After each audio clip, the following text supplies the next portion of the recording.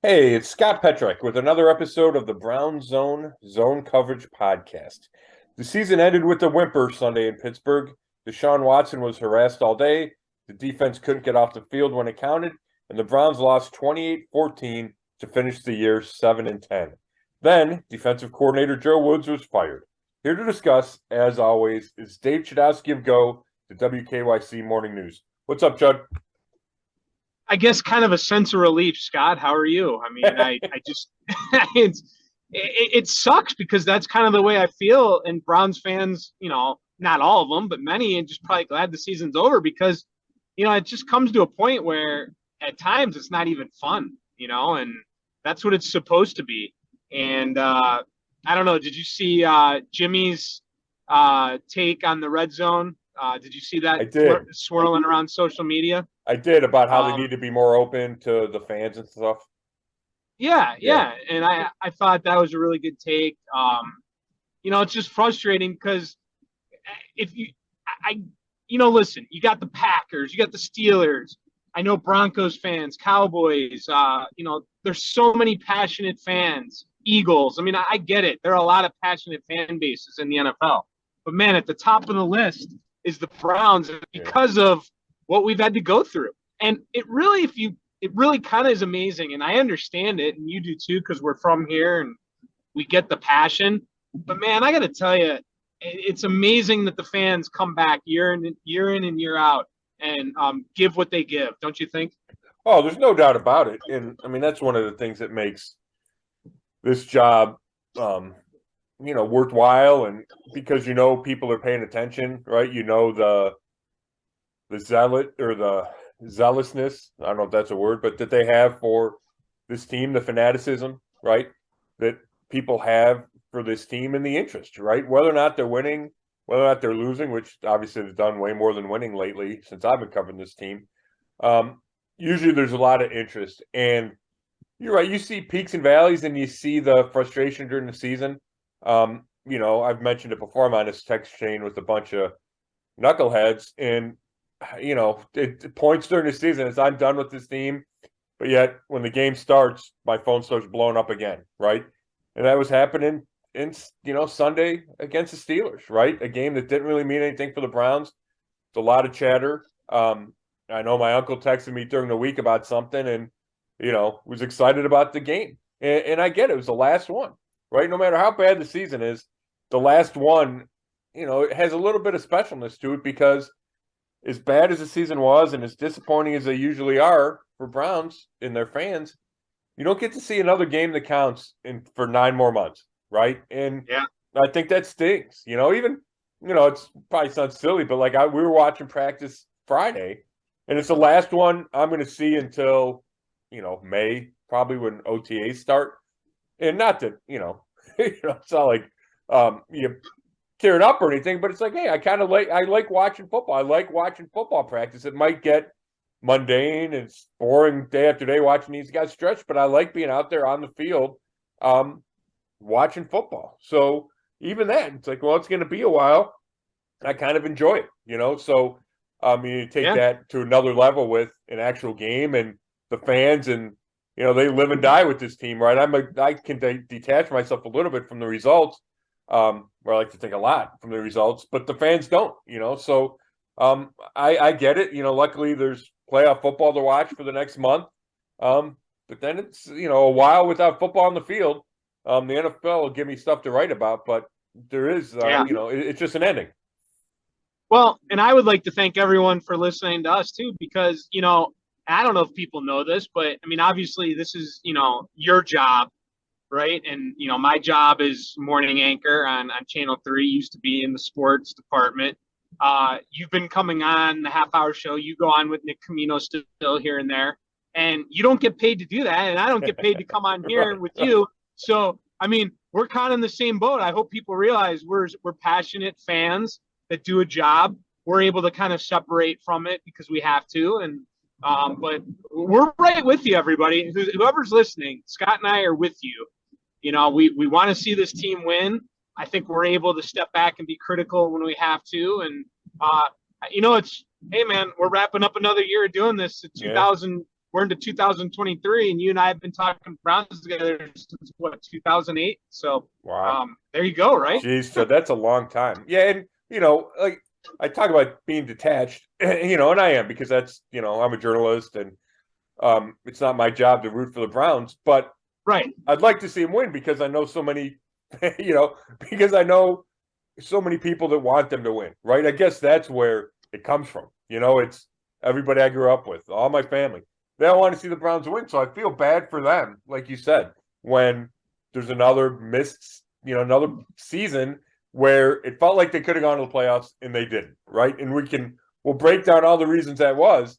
But like the bottom line is, Browns fans, since I've been on this beat in 2004, they've had one playoff season, right? And they've one playoff win, two playoff games since 2004, and only two winning seasons since 2004. And it's incomprehensible. And when I write, I don't like to dwell on that too much because fans already know, right?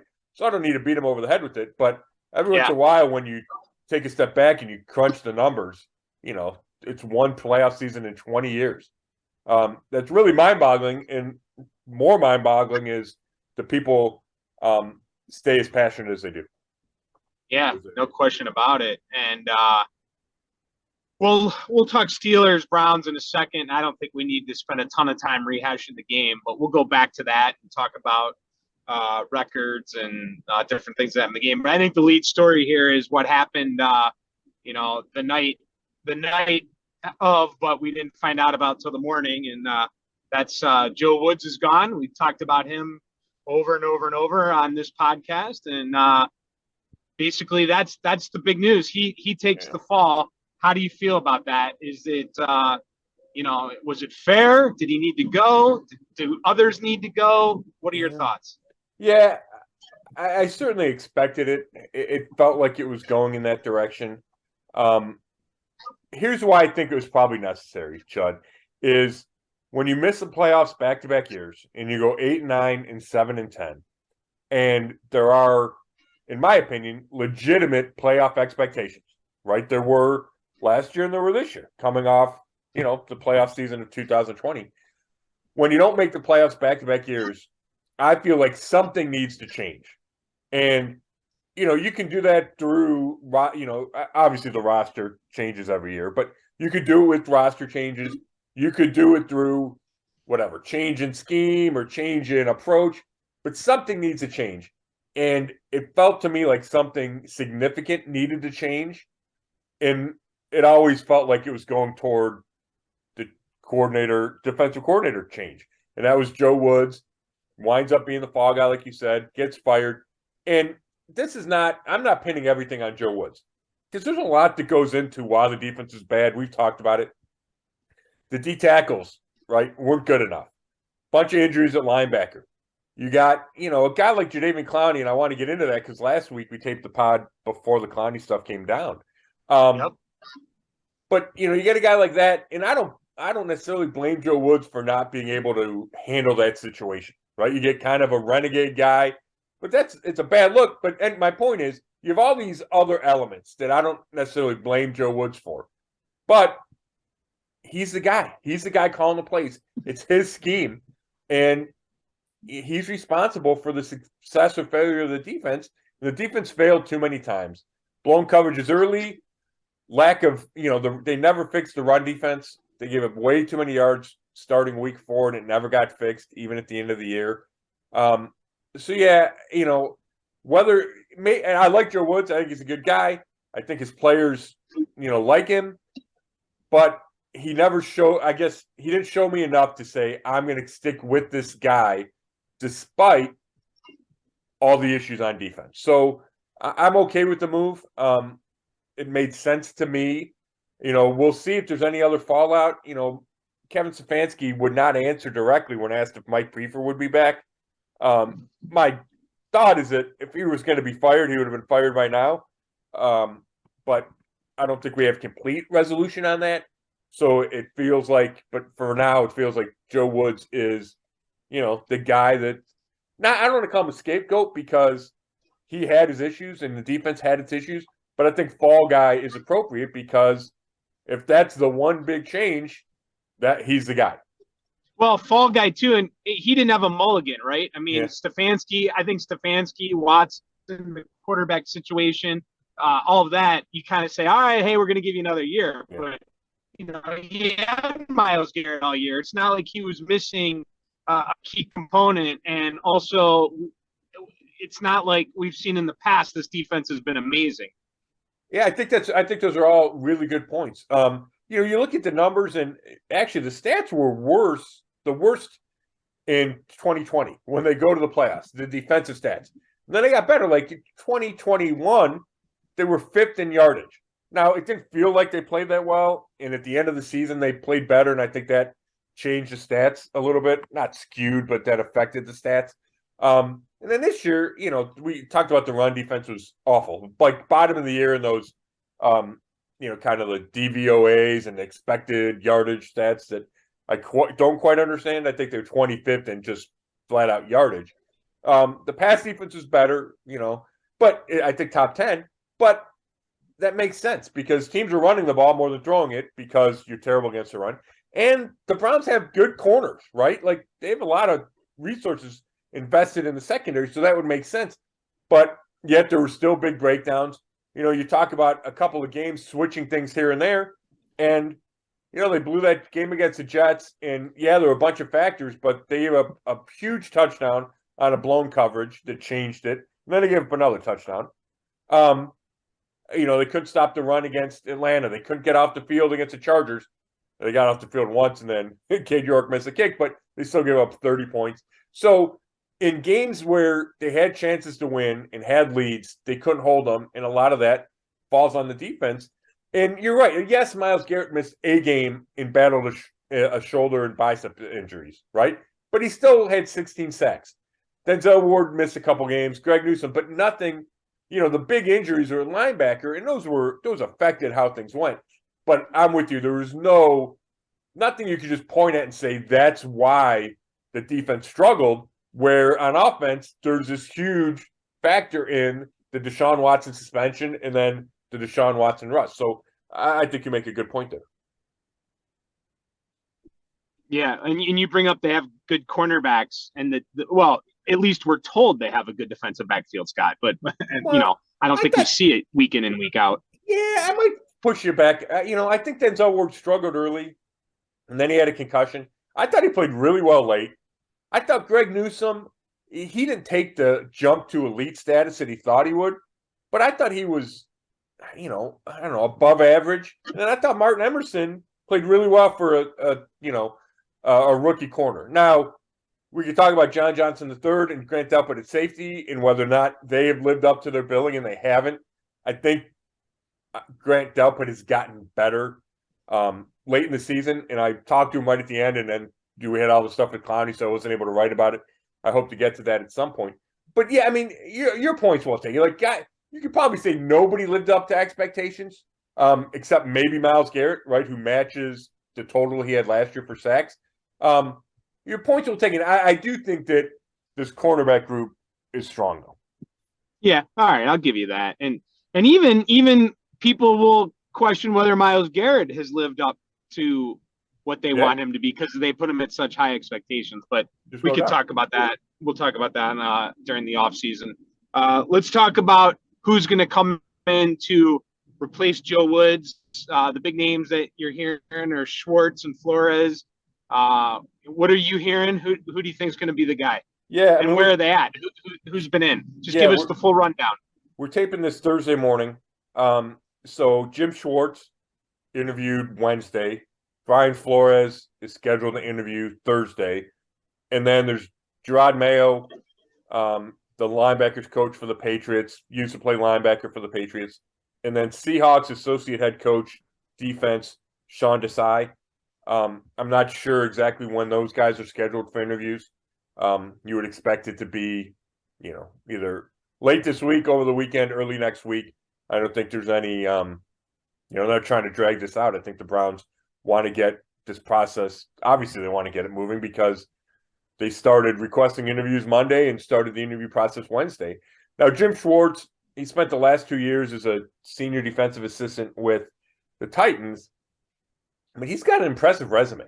Was head coach of the Lions for 5 years, went to the playoffs once with them. He'd inherited an 0-16 team, but has spent most of his career on the defensive side of the ball, defensive coordinator. Started with the Browns in the NFL in 1993 as a scout, but then moved over to coaching when the team moved to Baltimore.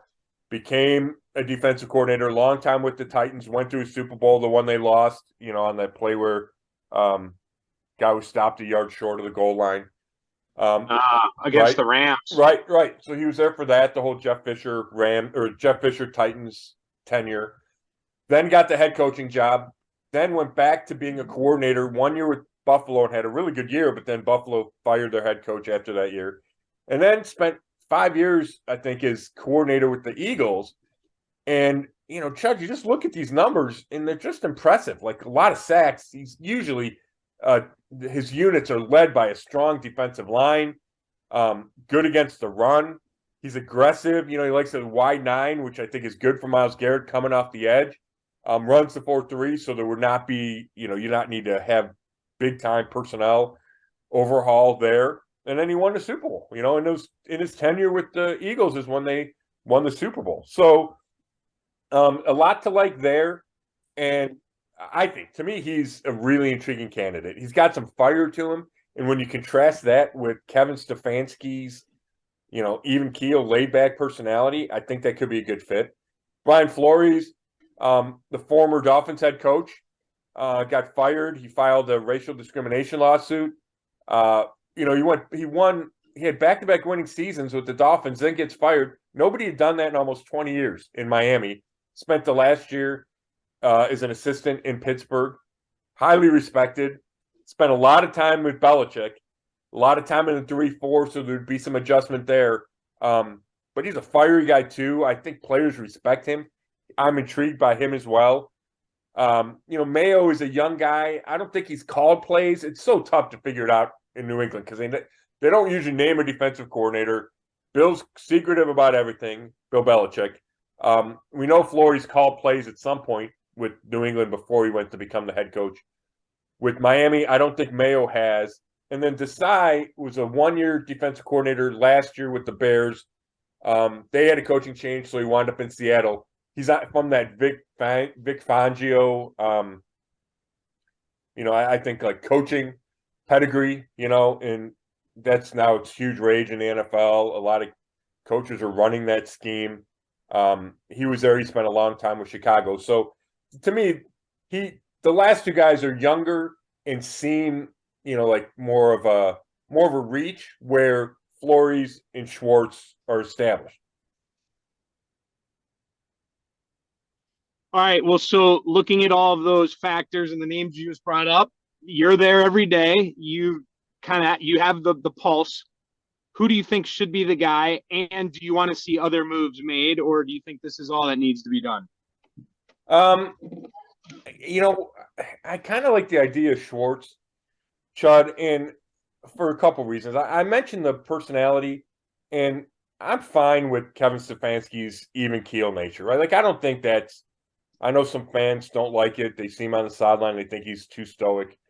To me, I like that. I think you need to stay level-headed. So that doesn't bother me. But I do like the idea of adding, a big voice, especially on defense, that's a little counter to that. I think a little yin and yang there. And I think Flores would probably fit that as well. But Schwartz is known to have that personality. I used it in my story yesterday. I found this old story from the Philadelphia Inquirer when he started as coordinator there in 2016. And it said the PR people moved the reporters away from Schwartz because they kept tweeting about him cussing at the players during drills because they'd screw up and he'd be swearing at them. So it's not like he's the only coach in the NFL that does it. But that's a contrast to Stefanski, right? You just don't see that a lot out of Kevin. So I kind of like that. I really like the fact that he runs a 4-3. I don't think you can make the switch to the 3-4. Myles Garrett just would not fit the same way in a 3-4. which means if you hire a Flores or a Mayo, and even I think Desai's career's been a lot in the 3-4, then you have to make an adjustment. Either they have to adjust or you have to adjust. And not that that's impossible. And these coaches can adapt. Joe Woods had some background in the 3-4 too, but went to the 4-3. But I like the fact that Schwartz is a 4-3 guy, or has been routinely a 4-3 guy. And he's had a bunch of success. So all those things lead me to really liking Schwartz right now when you look at these 4 known candidates. I'm not saying somebody else couldn't crop up. I'm not saying Brian Flores would be a bad hire, but just from who knows how Schwartz will mesh with Stefanski and Barry, but I would think he would fit well from just an outside perspective when, for instance, to talk about these guys being Ivy League, he went to Georgetown. He was an academic All-American. I read a story that talked about he was an early analytics guy, right? Like would rely on data to inform his decisions. And we know that the Browns rely heavily on that. So it feels like it would be a good fix or a good fit as long as personalities blended between Stefanski and Schwartz. And then when you talk about other moves, I'm a little bit torn on Mike Prefer, special teams coordinator. Special teams were really bad early. And then got better as the season went along. Prefer's got a long resume. He's done this a long time. I don't know if they could find a better replacement, but if he got fired, I could understand that, as part of the, hey, we need to make some significant changes. It wasn't good enough all season long. So we'll see how that plays out. And then there's going to be other changes on the defensive staff, right? You don't hire a coordinator and say, we'll take the same guys that were here. But you could have – Stefanski said he'd like to retain some of the defensive staff, and that'll be a combination with whoever he hires. They get together. They build a defensive staff. So you will see more moves. To me, the big question is, do you see the move with Mike Prefer? You think it's going to happen pretty quick? Well, I think I said I thought it would have happened by now. So I expect. No, not that. The I'm hiring. sorry. I got you. The hiring. My bad. For defensive coordinator. You know what? I mean, all these guys that they're going to interview are available, right? Their teams aren't in the play, or except Seattle. Seattle's in the playoffs. Courtesy of that Green Bay loss, right? So outside of Seattle, the other 3 teams, you can go get their guys. So I think it could happen quick. Now, the X factor there is not only with Desai, but say there's another guy you like out there that is on a playoff team, right? Whether it probably would be a coordinator, but, a position coach or an assistant. Could you wait while the playoff run goes on? Yes, you could do that. So that could hold it up. But with these early candidates, if you fall in love, something could happen quick. Where are we at with the state of this team as far as, it seems like no matter who's in charge, there's always the black cloud hovering over the drama. And, the Jadeveon Clowney here at the end of the year, it seems like it's always something. And obviously that story came out after we talked last week, but it was before the last game, and they sent him home. And oh man, what is your take on the Clowney situation? Yeah, let's go there first before we go a little wider view. I think Clowney came out of this looking terribly. I thought his comments about being upset how he was used compared to Myles Garrett are silly. Myles Garrett's a better player than Jadeveon Clowney, and I don't think it's close. And I don't think Clowney recognizes that. And I get that players have inflated egos, inflated opinions of themselves. He did an interview with Josina Anderson in training camp, and Clowney did. And I don't know if I saw it at the time or I happened to be actually right there waiting to talk to somebody. So I heard him talk about how, hey, he's nobody's Robin. Of the Batman Robin metaphor. And I found it interesting at the time, and I think it's really relatable now, or relevant here. He doesn't picture himself like that. So therefore, when Joe Woods and D-line coach Chris Kiffin search for the favorable matchups for Myles Garrett, and that leaves less favorable matchups for Jadeveon Clowney. And that by that I mean, they line him up over the left tackle versus a right tackle, or line him up over a guard, whatever it is. And they're moving Myles Garrett around so he has a best chance to get to the quarterback. First of all, that makes all the sense in the world. That's what you are supposed to do. And I've heard Woods actually be criticized for not doing that enough. So for Clowney to go the other way and say they're favoring Myles Garrett, that they care more about getting Garrett into the Hall of Fame than winning games, I think that's ludicrous. And it also, Garrett Clowney's kind of saying, well, go beat your man. Well, then go beat your man. You're still at a chance to rush against somebody. Go beat the left tackle. And he didn't do that enough. Now, I thought Clowney played pretty well this year. He only had 2 sacks. I thought he played better than that. And I thought he played hard, which to me is sometimes a question with him. He's battled injuries.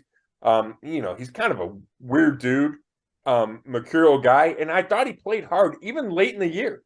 But you can't be saying this publicly. And what's even worse is it comes out, he admits to Mary Kay, right? Mary Kay Cabot of Cleveland.com. He told her all these complaints, and that's why he wound up getting, de facto suspended at the end for the final 3 days. So he makes it public that against the Ravens, the first matchup against the Ravens, he came out, they said, you're going to go against the left tackle. Myles Garrett's going to go against the right tackle. Clowney didn't like it. So at some point in the first half, he said, I'm not going to play on first and second down. Now, he said he was kind of hurting. Like, he gave an excuse, but then was okay to go in on third down. And then Chris Kiffin gets to the bottom of it. So he refuses to play first and second down. That's all of it's a terrible look about Jadeveon Clowney. And I think the next person it's a bad look for is Andrew Berry, the GM, because he always wanted Clowney. He chased him, finally lands him in 2021. Clowney resurrects his career, 9 sacks, plays 15 games, healthy as can be. But he was around the building for a year. And I talked to people, you could observing that Clowney's different. And I don't know if he's got the buy-in that is required for one of your top players. And, it feels like a little mercenary, right? Like, he'll go to the highest bidder, and he signs in May, so he doesn't have to go through a lot of the offseason program. And the Browns said, okay, we'll bring him back for $10 million a year. And I felt like he peaked in 2021, and you were taking a gamble on the field and off the field in 2022. And it came back to bite the Browns. It did with the Ravens thing, and then the comments to Mary Kay that blew up at the end of the season. So I think they kind of brought it upon themselves, but I do think Jadeveon Clowney just comes out of this looking bad. Remind everyone what his contract situation is. Yeah, he's done. It was a 1-year, $10 million deal. He could have gotten another $1 million in incentives. So he's a free agent, and there's no way I would expect him to come back, right? I mean, how could you come back from this? Maybe the Woods thing changes it, but I doubt it. I think it's a terrible look. Let me ask you this, Chug. Like, just because you have this kind of outlier, I know it feeds into the long-time narrative about the Browns. Do you feel this is just another sign of, long-time dysfunction, I guess? Well, I'm glad you brought that up, because I was actually just about to follow up and say, the way you just answered that, I started thinking and listening to you, and I started thinking, is it really the Browns' fault on this one? And is this part of the overall?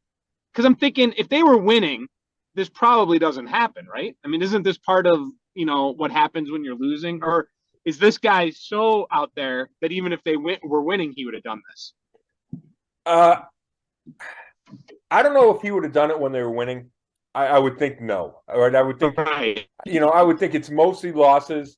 I do know, just from talking to his teammates, they really felt like it was a frustration of 2 sacks, not having the type of year he wanted. So I think you combine all that together. But Yeah. I'm kind of conflicted when I think about, like, obviously the Browns have had plenty of long periods of dysfunction where they couldn't get anything right. I don't know if every isolated incident falls under that umbrella. And to me, this feels more isolated. This feels like one guy, kind of rogue, different personality. I'm just kind of reluctant to say, oh my gosh, this is another one of those examples. And I get it. And the fact is, there were disciplinary issues this year, right? There's no doubt about it. You had Garrett, I mean, the car accident, whether or not that, you can't blame the organization for that. But he didn't play the first three snaps against the Saints, violation of team rules. Grant Delpit for one snap, the Miami game. Perry Winfrey, they sat him down for the entire Jets game, right? So you did have that, and I do think that at some levels a reflection on Joe Woods, the coordinator, also Kevin Stefanski, the coach, also Andrew Berry. He collected this group of talent, but I thought Clowney just felt so much worse, and to me is kind of like a different case. Yeah, I'm glad you brought that up, and that maybe could have been a lazy question or the way I brought it up too, and that's an easy thing for Browns fans or the media to do, to lump it all together. So I give you credit for kind of seeing that out and pointing that out. I think you might be right. You can't just lump everything in. And let's be honest, every team has their issues. I mean, Stefanski said it the other day, as boring as it is, as cliche as it is, every family has their issue. So you can't just lump it in. I think that's good work out of you to kind of to go there with that. And I tend to agree. Again, here's the problem is it doesn't justify everything, right? And you pointed that out. But I think at the end of the day, you're just looking at a franchise that, man, finally went back to the playoffs. They get rid of the quarterback who took them there. And I'm not saying they were wrong to do that. I'm not saying I'm just saying, outside looking in, it's incredible that you have a franchise finally go back to the playoffs. The guy that got them there is gone. You pay all this money to bring in another guy who brings baggage. And now you wonder, is this guy going to take you to where you need to go? And that brings me to my next question. Well, I wrote a piece Monday morning go ahead.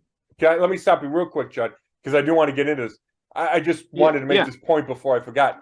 I do think there's a bit of a chicken and an egg thing with, is there drama and complaints because you're losing, or do you have kind of this culture that creates the drama and complaints? If I'm making sense. Like Kevin Stefanski will tell you, if we were winning games, all this other stuff would fade away. And the Browns haven't won enough. The Browns haven't won enough for me to be able to say if that's true or not, right? But I do think there is something to be said for that if a couple games go your way and you're in the playoffs, maybe Clowney's not the pain in the butt, right? Maybe whatever issues crop up that tend to crop up when you're losing, right? John Johnson says, we need more commitment, right? Like all those things, a lot of those things are searching for reasons you're losing and how can we get better? Where if you're actually winning games, that stuff kind of fades away. I think people, if you're unhappy in your role, you have less reason to be unhappy because you're winning, right? So I think there's a little chicken and the egg. I think it's all combined. And it doesn't mean these aren't issues, but I think it means the spotlight on these issues is so much sharper because not only are you losing now, but you've lost for so long that it kind of feeds upon itself. Yeah, no, that's good analyzation there. What I was about to go into was I did a small little piece, a story on Monday morning, instead of just recap the Steelers game. Basically, is like the premise was how should you feel as a Browns fan right now after the season comes to an end? I said there's a lot of words you could come up with, right? And a lot of words that we can't repeat.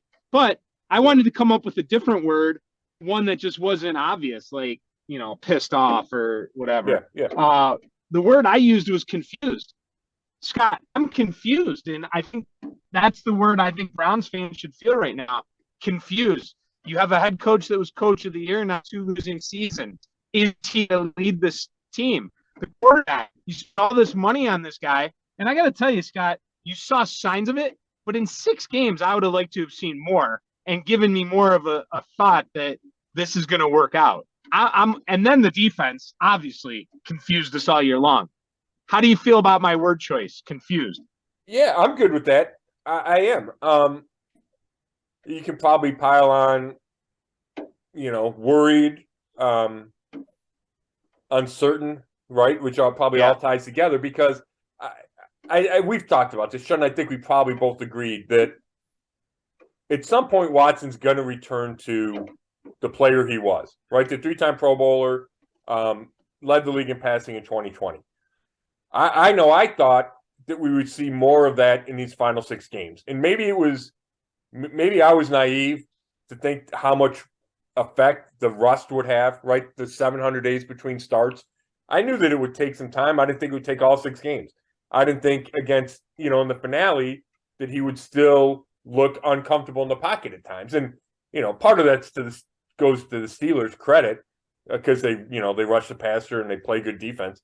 But he didn't look great against the Steelers. There's no, I'm not telling anything anybody didn't know. Right. And it wasn't just the 2 interceptions. I thought he had a hard time figuring out where to go with the ball. Either when he had time to throw, he couldn't find anybody and he looked hesitant. And then other times he didn't have time to throw.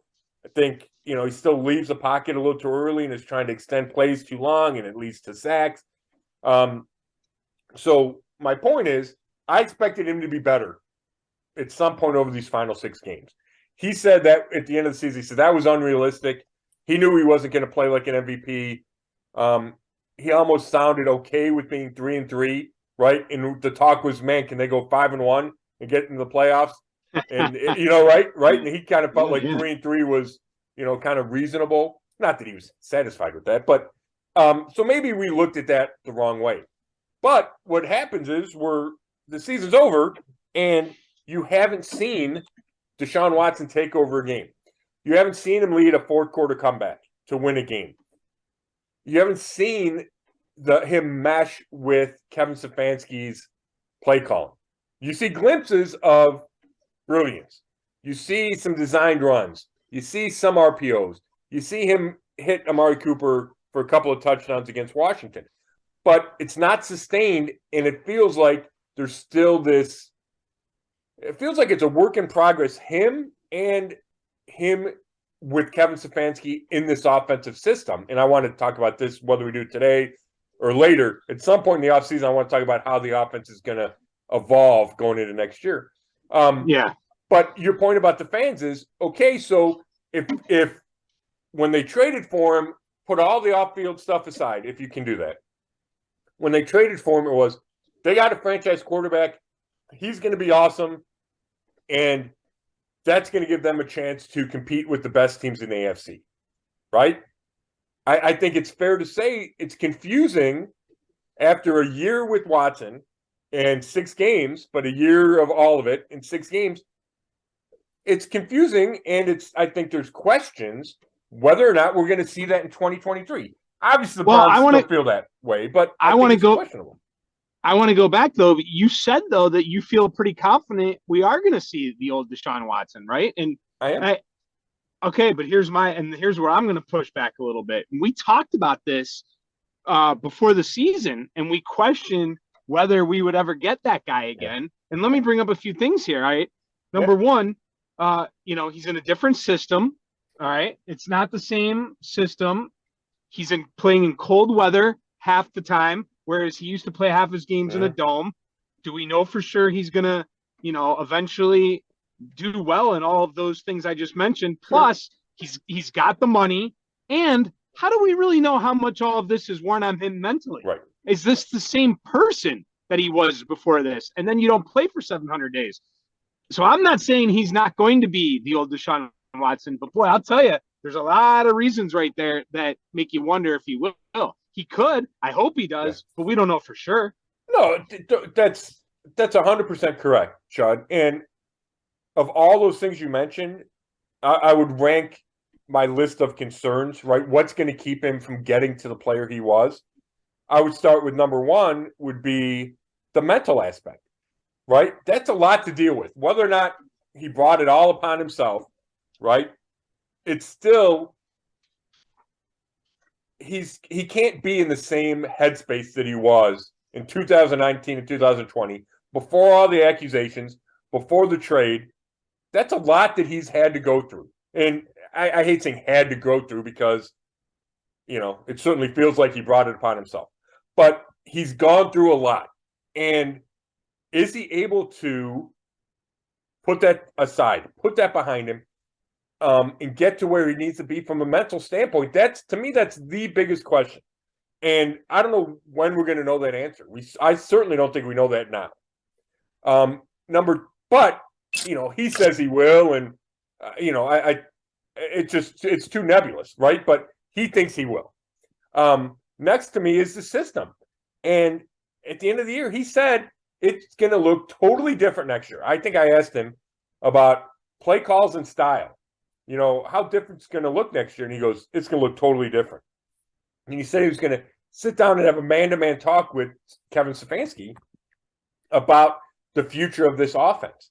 And we, like I said, you saw adjustments, you saw a few RPOs, you saw some quarterback runs, you saw some zone read, but it's going to look a lot different. And, I think Stefanski's open to that, but then you got to get to the point where you find that balance between run and pass, between what Watson wants and what Stefanski thinks is necessary, right? Like, you have to find that balance. And if it's a bunch of changes, then I think the changes are more on Stefanski's part than on Watson's part.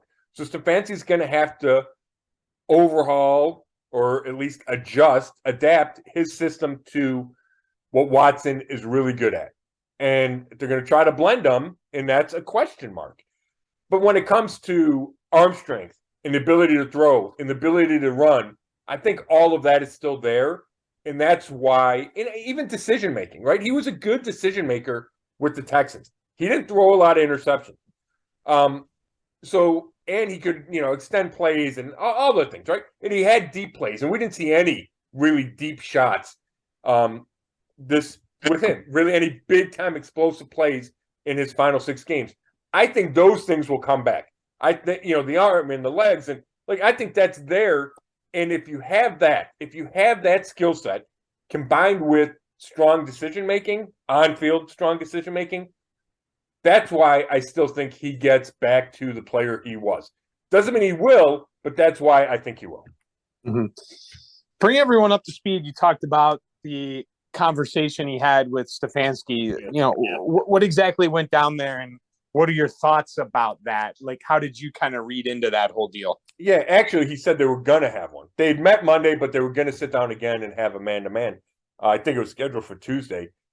Here's what Chud, to me, it was Watson staking a claim to this offense in this organization.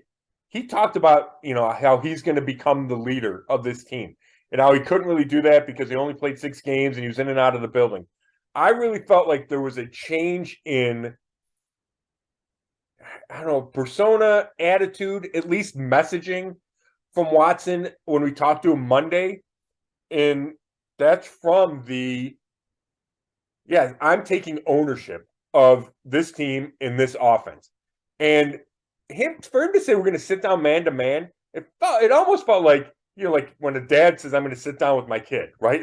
And then he quickly said, hey, I'm not saying this in a negative way. That's right? kind of why I was bringing it up. Yeah. I wanted your take on it. Yeah. Yeah. He wanted to stop that, but he knew how it sounded, and it certainly came across like that. So I think it was going to be a serious talk about, hey, we need to do and I'm just going to throw out options. We need to do more shotgun. We need to, I want to run more of this. I want to, we need better receivers. I need a second tight end that I trust more. I think it's all encompassing. I think it's roster. I think it's play calls. I think it's system. And I think that Watson now has been here long enough. And, when he gets traded, he can't come in and make any demands, right? He can't be a forceful presence. He's got all the off-field stuff. He's going to be suspended. He just wasn't in any place to do anything like that. And I think now, with the backdrop that he has a fully guaranteed contract, that he's got a lot of power in this organization. And I think we started to see that with how he talked on Monday. And it's going to, and I'm not even saying he shouldn't have a big role or an input or significant input. I just think that's the reality of the situation when the Browns gave up what they gave up and agreed to pay you that kind of money. You got a lot of power, and I think he is ready to kind of exert some of that. And until his contract's up or he fails completely, he's probably the most powerful guy under the Haslam's in that building, right? I mean, that's exactly right. Chud, that's a fantastic point. And, I've talked about this with guys on the beat. Like, you can make, if you just want to be like pragmatic about it, you could say he's got all the control when it comes to him and Kevin Stefanski. Like in a power structure, right? The Haslams can fire Kevin Stefanski and pay him whatever he's getting paid, whatever it is, 6, 8, whatever millions of dollars Stefanski's getting paid, right? Like they can make that move and they're done with it. They have no recourse with Deshaun Watson. They're paying him whatever it is, $46 million a year. Like they're going to have to pay him, and if he says trade me or get a new coach, like the odds are there's a new coach coming to town. Like that's the reality of this kind of a contract and that kind of a decision. And it'll be fascinating to see how that plays out because Watson has said he came here. One of the major reasons he came here was because of Stefanski. He watched the cut-ups and thought, I can succeed in that offense. So I do think there's some sincerity to that. Which we talked about a couple weeks ago and pointed out. That's how we kind of knew Stefanski was safe. If there was any reason to think he could go when he had Watson's backing. But I got to tell you, we've seen the stress that goes on these NFL coaches. Boy, if I'm Kevin Stefanski, I got to be thinking, man, that kind of trying to think of the word. I don't know if it's pressure, but is that a little bit of uneasiness to know that, you're looking over your shoulder a little bit? I think so for sure. Now, this isn't the only situation like that in the league, right? No. There's quarterbacks getting, Aaron Rodgers in Green Bay probably, the big time quarterbacks making big time money have an awful lot to say on a lot of things. But it is uneasy. And it's especially uneasy when you go from a young quarterback like Baker Mayfield on a rookie contract, right? Like Stefanski had all the power in that situation. But you're a young coach, first time, you've had 2 losing seasons in a row. I think that all combines. Now, I'm sure Kevin Stefanski would tell you, hey, if we win, then Deshaun Watson will be happy. And my goal is to make him happy and make him successful because that's best for me. But I do think there is a human element and a reality to that power structure like we talked about. Yeah. All right, 2 more things, and then I think we're good here. Yeah. Just anything you want to bring up from the Barry press conference, Stefanski's last time you heard from him. I heard Barry just say they need to find the right mix. They have to share responsibility, kind of things that we've heard before. So kind of that, and do you think there's any damage right now in that locker room? No, I think the locker room will be okay. Okay. I think it'll be interesting to see who that new defensive coordinator is and how that changes the dynamic of the defense. Because I do think we talked about the discipline issues. There are obviously communication issues on and off the field, right? The Clowney thing, and I talked about him being a different cat, but maybe there is something to be said for, hey, if he really felt this upset about how he was being used, it could have been handled differently before he sits first and second down, right? Before he goes to a reporter and talks about it. Like maybe if the communication were overall better in the locker room, in the organization, between players and coaches, maybe that could have been avoided along with, kind of the other things the minor things that have popped up. And so you got the communication, it feels like a little bit of a lack of leadership. I know Myles Garrett has tried to be more vocal, which goes against his personality a little bit. Do they have that other guy, that big-time leader and I'm not sure Joe Woods was that guy. So maybe the new coordinator is. Maybe they go find another defensive end or D tackle, whoever it is that can fill in that role. And I think that's where Andrew Berry talked about the mix, right? There was just something missing from all of it: leadership, communication, discipline, personality standpoint, all of it combined. There's just something wasn't right, and that helped contribute to the losses. So I'm glad you brought that up. The other thing about the Berry press conference, he keeps getting asked about analytics, and I understand it's a hot button issue. I'm not sure it should be, and he answers the questions the same way, like, hey, it's just about data. We want as much data as we can get, and we want to apply that data to the decisions we make. And it's not all about the data, right? That's just part. It plays a part in our decision making.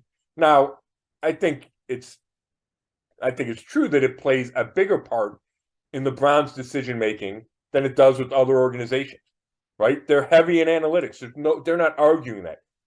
And he says, we know it's not a silver bullet, but I think it's wrong for every time there's a mistake, every time they miss on a fourth down or don't go kick a field goal and go for a touchdown. Like I think it's counterproductive to just blame analytics, right? Like there's nothing wrong with using data, right? People use data. Other teams, the Eagles and the Ravens, two successful organizations, are with the Browns in using analytics most in the NFL.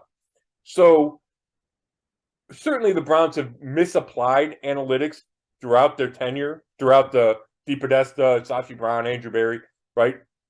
Since there's been a switch, it hasn't always been applied correctly. And the example that jumps to my head is Cody Kessler should not have been a third-round draft pick, right? The quarterback out of USC. And I think the analytics they were using at the time really played into that, and obviously that was a big mistake.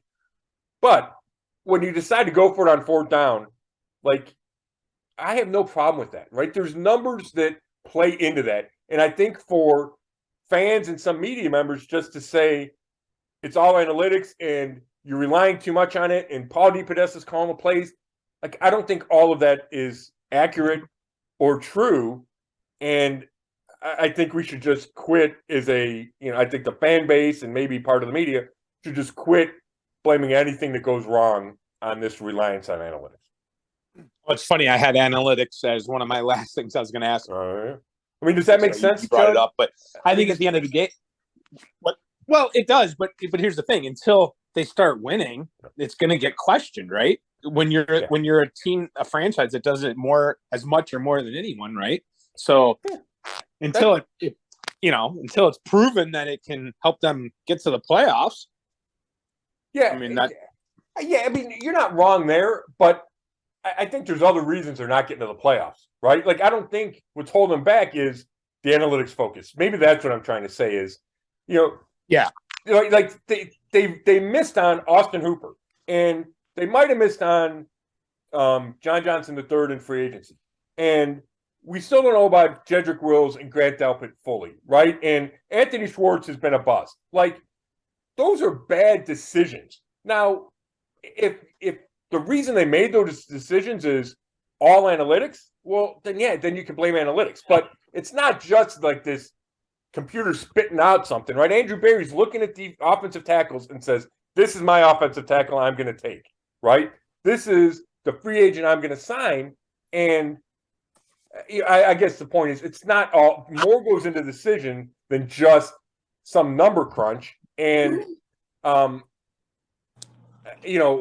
even on game days, like going for it on fourth down, like I really do think if you took a step back, I think there's reasons that make sense for some of those decisions. Now, this isn't every decision, and yes, you have to use instinct and you have to have a feel for the game. I'm not arguing that, and it could be accurate that the Browns rely too heavily on that at certain times. I just don't like how the narrative has become, because I think it makes – I just don't like that narrative. I think it's too simple. Yeah. No, I think you just backed up your point pretty well right there. Well said. All right. I guess let's finish on this, and it's what we usually talk about first, but not surprised at all. I want to I'm going to bring something up here in a second of next time we talk on the pod of what I want to have a topic with you. Yeah. I want to reflect on the season with picking games and how we ended up. So we both ended up 9-8. So we were above 500. So thank goodness, right? Because it was not looking good there at the end. Browns 7-10. We're 9-8. Neither record's great. I don't know if I'd feel much better if the Browns were 9-8, to be honest with you. I feel like, obviously a winning record would have been nice, but not making the playoffs. But the bottom line is, we're looking for much more out of this team. But we get the last game right. I think that was, I think that was a layup, Scott. I think picking the Steelers was a no-brainer. Anyway, the Browns are going to win that game. I think a lot of people probably with the new FanDuel, DraftKings, and all that probably could have made some good amount of money on this one. It never felt like before the game, during the game, that they were going to win. I know that it started out okay in the first half, but again, I'm just going on and on here, and I don't think we need to break this game down too much. But it's pretty much how we thought it would go, right? Oh yeah, I mean, I thought it would be closer. I thought the Browns would play hard. I thought Watson would have an edge over Kenny Pickett, and that's why I thought it would be closer. It turns out, I didn't think Pickett was great, but he made some big throws, especially on some key drives. And Watson's 2 interceptions turned into 10 points. And the game really swung at the end of the second half, beginning of the third quarter. Browns got within 6 and then couldn't get off the field on third down in that fourth quarter drive by the Steelers. So, Steelers had something to play for. Browns didn't. I still thought the Browns played hard. They just didn't have any answers for the Steelers. They didn't have a lot of answers for the Steelers' defense. From a pass rush perspective, Watson was harassed all day, sacked 7 times. I don't think they did a great job finding the balance between run and pass, right? Chubb was having some success, but they thought they would be better off spreading out the Steelers and throwing it, and it just didn't work. So, those are my biggest takeaways from that Steeler game. Was there much brought up about Chubb's usage in the post game or anything? Because I know people talk about that every week, but I have to be honest, I don't even care that he did. I mean, what if he would have run the ball 25 times and got hurt? I know you wanted to beat the Steelers and ruin their playoff chances and everything, but I don't know. What do you think about that? Yeah, I mean, I would have played him as long as he was open to playing. I would have played him. They played just all their starters. And we've talked about this. Usually I don't disagree that much with the run pass balance. And I think it's going to skew even more toward the pass next season, right? That's part of having a big time quarterback and a highly paid quarterback like Deshaun Watson. So I think fans are going to have to brace for that. But having said that, Chubb was average like 6.5 yards a carry. It felt weird when Watson's getting killed at quarterback, right? He's getting pressured a lot, can't figure it out through the air. Why not call more runs? I did wonder that. And I think I asked Stefanski about it. I know I asked Joel Bitonio about it. And, Bitonio and I'm going to write a story about it this week at some point. He's really taking this losing season hard, right? He feels he's getting older. Opportunities are dwindling. It's hit him hard, and it hit him hard after the Steelers game. And lately, he's felt more down than normal after a loss. Not that he always doesn't take a loss hard, but it feels like it's hitting him harder. So I asked him about the run pass thing, and he said, and he didn't rip the play calling, but when he was asked about Deshaun Watson getting pressured, he's like, well, when you drop back to throw as much as we did, that's going to happen, right? And then he said something about Nick Chubb getting to 1,500 yards. He's like, that's great because he didn't really have a lot of opportunities. So he also said that, they have had success against the Steelers in the past, spreading them out and throwing, and that's a game plan that they wanted to use. But I think within the course of the game, Bitonio would have liked to see more runs. And I don't know if it would have changed the outcome, but I think they should have too. I think Chubb should have gotten a few more carries. And I question that, especially with how much pressure Watson was under not every time he dropped back, but a lot of times when he dropped back to pass. Yeah. Well, He's probably looking at Joe Thomas and being like, "Oh, exactly. boy." That's exactly right. Yeah, he said they've had those kind of discussions. Like, I did all I could, and it didn't matter. So, Tony's one of the best guys there is to talk to. So I just want to get into that a little deeper in a story over the next few days.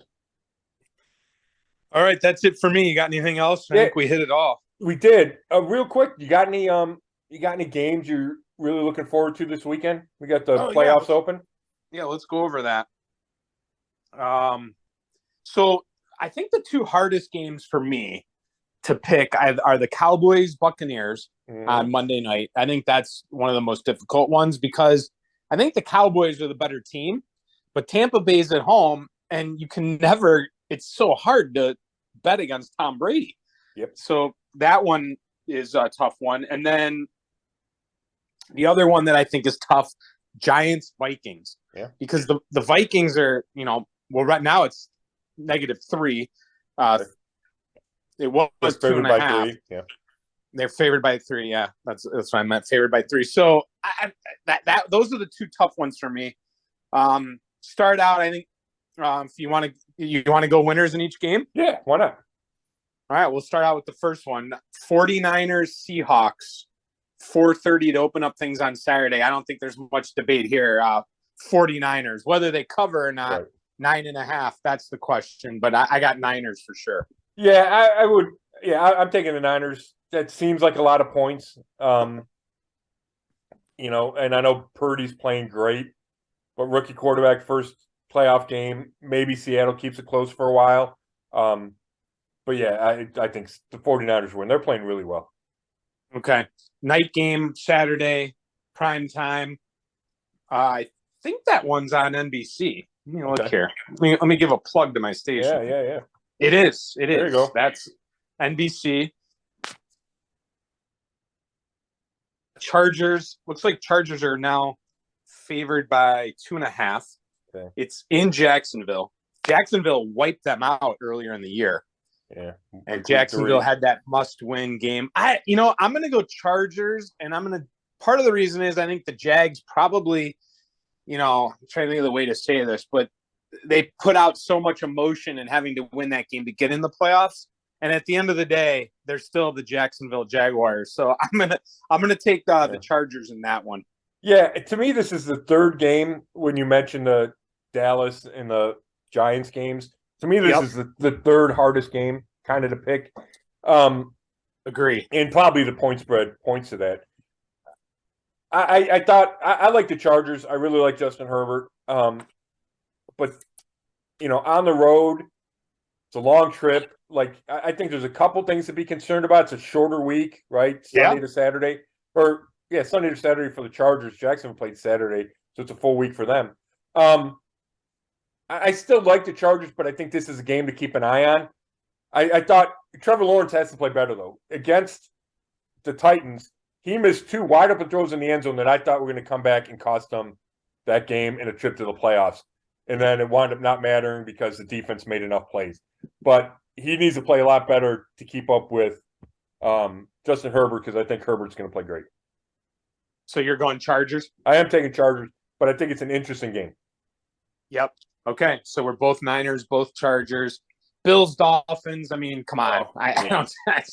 The Dolphins. I got to be honest, Scott. I don't even want to say this, but I mean, I'm not saying I want Pittsburgh in the playoffs by any means, but I would rather see a team like the Steelers in the way they were playing in the playoffs as opposed to the Dolphins in the way they're playing. Does that make sense? Like, I mean, they don't have a quarterback. They won 11-6 to get in the playoffs, right? I mean, I'm with you. And it's amazing. A few things are amazing, right? Number one, how things change in the NFL. How important it looks like Tua is to this team. But people were ready to call like Mike McDaniel the next Bill Belichick. And I'm not saying he won't be, and I do think he's really smart and he does a lot of things really well. And we saw a lot of that when they wiped the floor with the Browns coming out of the bye week. But I guess it just goes to show you better have some players, right? I don't care how smart you are as a coach. You better have some players, and you better have a quarterback that can execute your system. And without Tua, it's not happening with the Dolphins. And I think they're 13-point dogs. Yeah, You could probably make it 18, and I think I would take the Bills.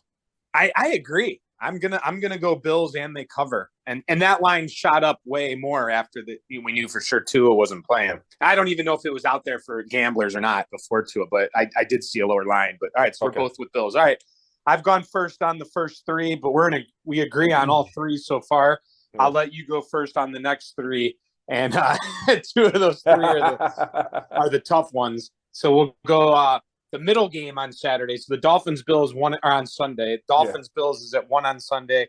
Giants at the Vikings 4:30 on Sunday. Yeah, I like the Giants here. I'm sure they're the underdog. I don't know what this. Did you say it's a 3-point spread? 3. Yeah.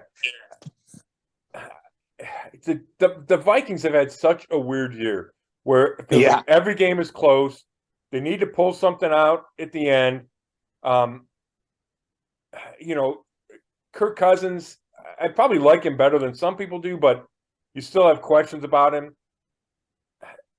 I think Brian Daboll is, who I knew well from his time in Cleveland, is offensive coordinator. He's done an outstanding job there. I think they figure out a way to get it done. I don't think they're as talented, and they probably get smoked in round 2. But give me the Giants in this game. Yeah, and I don't disagree with you. And I think this might be the one I'm going back and forth on the most. I do a picks thing with some buddies, and I'm really struggling on this one. I've gone back and forth, but I think I'm going to go Vikings, and I'm going to disagree with you, but not by a lot. And I think this is, I think you could be right, but I'm going to go with the home team here. And there's not a team besides maybe the Bills and losing those 4 Super Bowls in a row and not being able to win one. Is there a team that disappoints their fans more than the Vikings? And by that, we know the Browns and Lions are like the worst two, when it comes to, how their product is. But the Vikings are good a lot, and they just always disappoint their fans, right? Well, and they tend to do it in like crazy ways, right? Like did they go through a stretch where in crazy ways where they missed a bunch of field goals, like heartbreaking ways to lose big games. Yeah. Yes, the franchise is just cursed, but I think they will eventually blow it. But I'm going to go with them at home and pulling out the win. I don't know if they'll cover or not, but I think they'll find a way. Just Justin Jefferson will bounce back, and I think they'll have I don't know if I'll call it an offensive explosion, but I just think their offense will be too much. So I'm going to go Vikings on that one. All right, next up, next one is also on NBC Sunday Night Football. Bengals and Ravens. I'm just going to verify that. Yep. Okay. Baltimore, so NBC's got. Did I say it was at the wrong spot? No. I was just saying it. Okay. Yeah. So I'm looking at a couple things here on my phone. Saturday night and Sunday night on NBC. That's cool. Yeah. So NBC's got 2 games this weekend. So with this format now, you have a Monday night game and you have more games, right? Because you have an added wildcard team. So you got 2 games on NBC. Sunday Night Football. Ravens, Bengals. Bengals favored. What I'm looking at 8.5. I think we're probably both going to agree on this one. Yeah, I mean, I think the Bengals win. Lamar's not going to play. It looks like Huntley is banged up if he plays the backup quarterback. I just think Cincinnati's too good, and you don't have Ravens are hard. They have a hard time scoring without Lamar. I mean, we saw it here, right? The Browns held them to 3 points that one, on December 17th, that Saturday game. So give me Cincinnati, 8.5. I think I would give it. The question is, Ravens are good defensively. I think they played him even hard. They played him Sunday, right? And I think they played him pretty tough defensively Sunday. I just think Joe Burrow and the Bengals are too much, and I would probably give the points. Yeah. I agree with you. So, so we're on the same page on 4 out of 5 so far. We both take the Bengals. So that leaves the last game Monday night. That's Cowboys at Buccaneers, and right now, the Cowboys on the road, the favorite, 2.5. Yeah, I see that. I mean, I understand why that is, right? Tampa won the terrible NFC South. Do they even get above 500? The Bucks. Let me look real quick. Or eight Eight and and nine. 9, right? So not even above 500. So that's why that's why Dallas is favored, right? Dallas finished 12-5. I think this is a tough one though, because Dallas has had letdowns in the playoffs, right? We've seen that time and again where everybody's high on Dallas and they wind up losing. Did you see him last week? Right. All right. I didn't see the game, but I heard about, read about it. It's Tom Brady, right? They played a little better lately. Mike Evans had that big game at the end of the year when they needed to come back to beat Carolina to clinch the division. So I think this is a tough one. I'm going to go Dallas, and I'm saying that because throughout the year, I kept thinking Tampa Bay was going to figure it out and be able to score more than it did. And it just never really figured it out until that Carolina game. And I just don't know if that's enough. I don't know if they're going to be able to continue that. They're having some offensive line injury problems, so Brady doesn't have a ton of time. They just weren't explosive offensively, and I don't think they're going to be able to score enough to keep up with Dallas.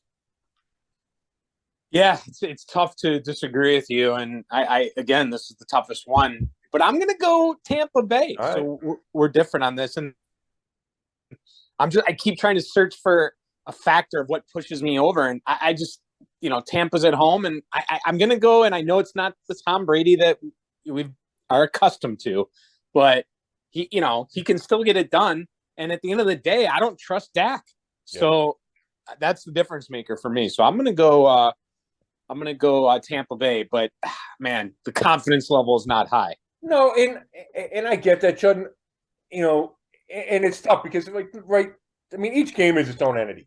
But how many times have we seen a home underdog in the playoffs win in this first round? It happens a lot, right? You think, oh man, this team is so good, this wild card team, and it goes on the road and loses. And I remember, I think it happened with New Orleans went into Seattle one year, and everybody liked New Orleans, and Seattle wins. I think it happened Pittsburgh, Denver that one year with Tebow. I think that was a similar situation. Like, it just feels like there's a game or two like that a year where the home underdog that won a crap division wins a game. And I'm looking at Jacksonville and Tampa Bay going, well, is one of those teams going to do it? And I said no, but I could certainly see it happening. Do you want to pick a Super Bowl? Do you want to? Oh, I mean, have you thought about that? I really have not. Yeah. Give me another week.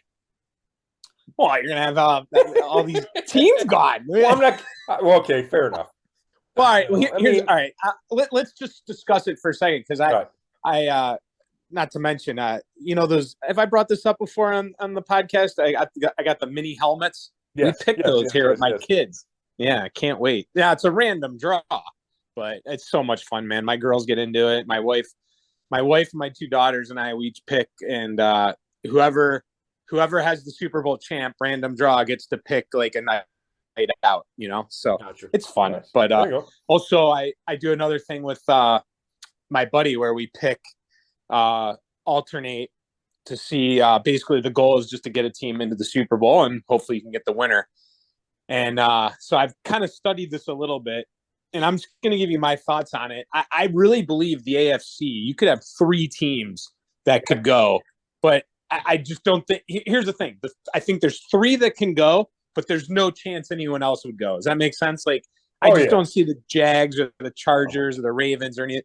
But I think you can make an argument for all the Bills, KC, and Bengals. And the thing about the Bills is I feel like they're gonna be playing for Hamlin, right? There's gonna be that. There's also gonna be the Bengals are gonna be playing because they're pissed because they lost out on the chance to play that game and have right.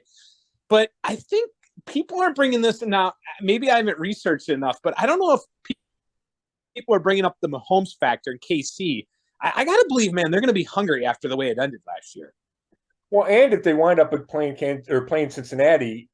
Cincinnati's had their number, and I think I think Kansas City will be able to figure that out. And they'd be at home. Whereas if it was the Bills, it'd be a neutral site, right? Correct. So I could really see all three. Do you see one over the other?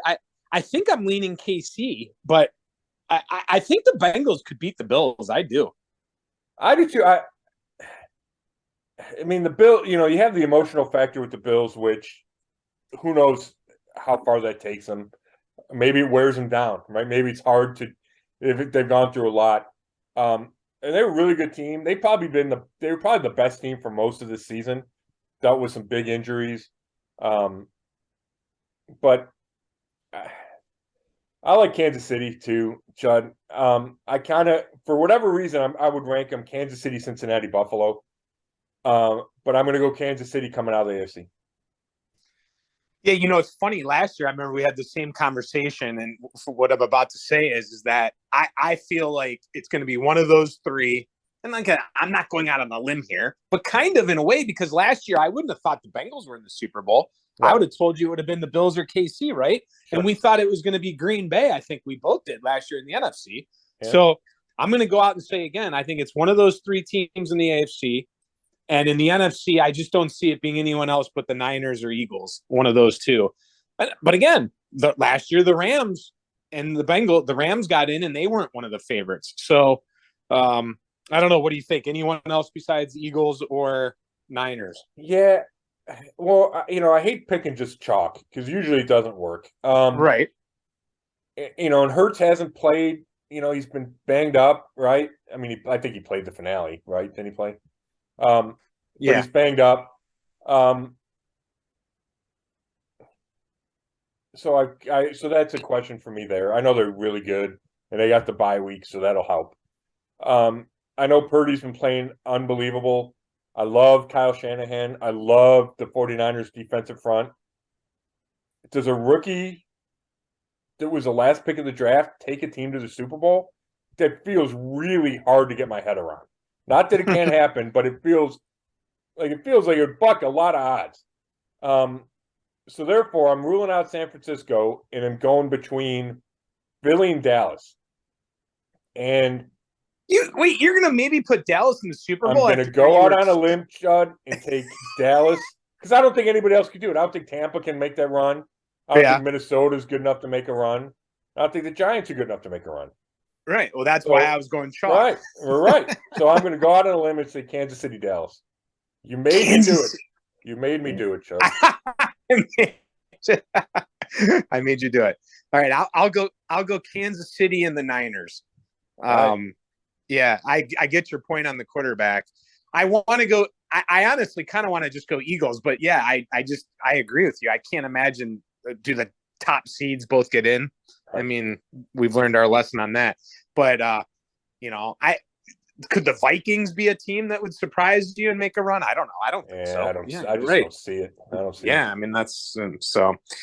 All right. Wow, that was good. That was big. But I tell you what, if anyone started out from the beginning and made it all the way to the end, congratulations. God bless them. This was a marathon. Yeah, it was good.